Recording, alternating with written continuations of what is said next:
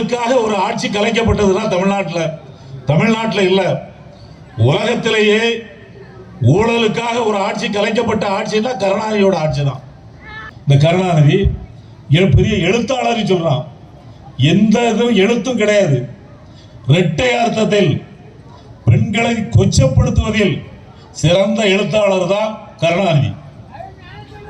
அவருக்கு பேராட்சி வைக்கணுமா கடல்ல.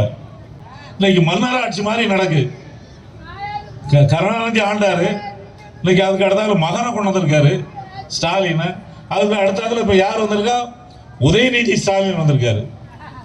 முத்துவேல் கருணாநிதி ஸ்டாலின், அதுக்கு அடுத்தால உதயநிதி ஸ்டாலின், இப்படி இன்னும் இன்பநிதி ஸ்டாலினும் வரப்போறாரு. தமிழர்களுக்கு, தமிழ்நாட்டு மக்களுக்கு துரோகம் விளைக்கிற ஒரு இயக்கம் தான் கருணாநிதி. அதுக்கு பின்னால ஸ்டாலின், அதுக்கு பின்னால உதயநிதி ஸ்டாலின். திமுகவில் 39,000 கோடி இன்னைக்கு டாஸ்மாகில் ஊழல் நடந்திருக்குன்னு சொல்றாங்க. 1000 கோடின்னு அமலாக்கத்துறை சொல்லியிருக்க தவிர அதை வியாபாரியா ஆராயும் போது 40,000 கோடிக்கு மேல இன்னைக்கு ஊழல் நடந்ததா இன்னைக்கு ஆய்வு செய்யப்பட்டிருக்கு. இது ஒரு பெரிய ஊழல். இதுல துணை முதலமைச்சர் சிக்கிறாரா, இல்ல முதலமைச்சர் சிக்கிறாரா, இல்ல செந்தில் பாலாஜி சிக்கிறாரான்னு தெரியல.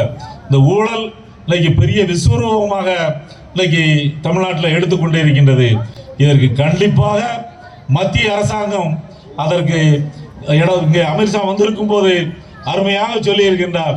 முதலமைச்சரும் துணை முதலமைச்சரும் இந்த ஊழலுக்கு பதில் சொல்லியே ஆக வேண்டும் என்று சொல்லி இருக்கின்றார்.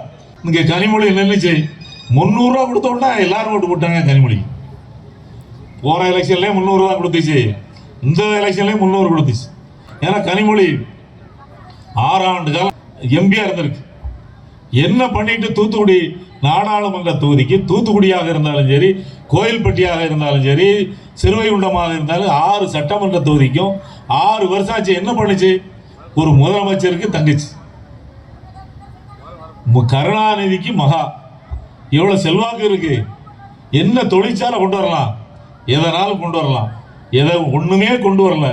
அதுக்கும் நம்ம ஓட்டு போட்டு 2 நேரம் ஜெயிக்க வச்சாச்சு. எதுவுமே செய்யல. இதுதான் திமுக, காங்கிரஸ், கம்யூனிஸ்ட் இந்த கூட்டணி. அவங்களுக்கு நாட்டை கொள்ளையடிக்கணும், அதில் பெட்டி பெட்டியா வந்துச்சுன்னா பங்கு போட்டுக்கிட்டணும்.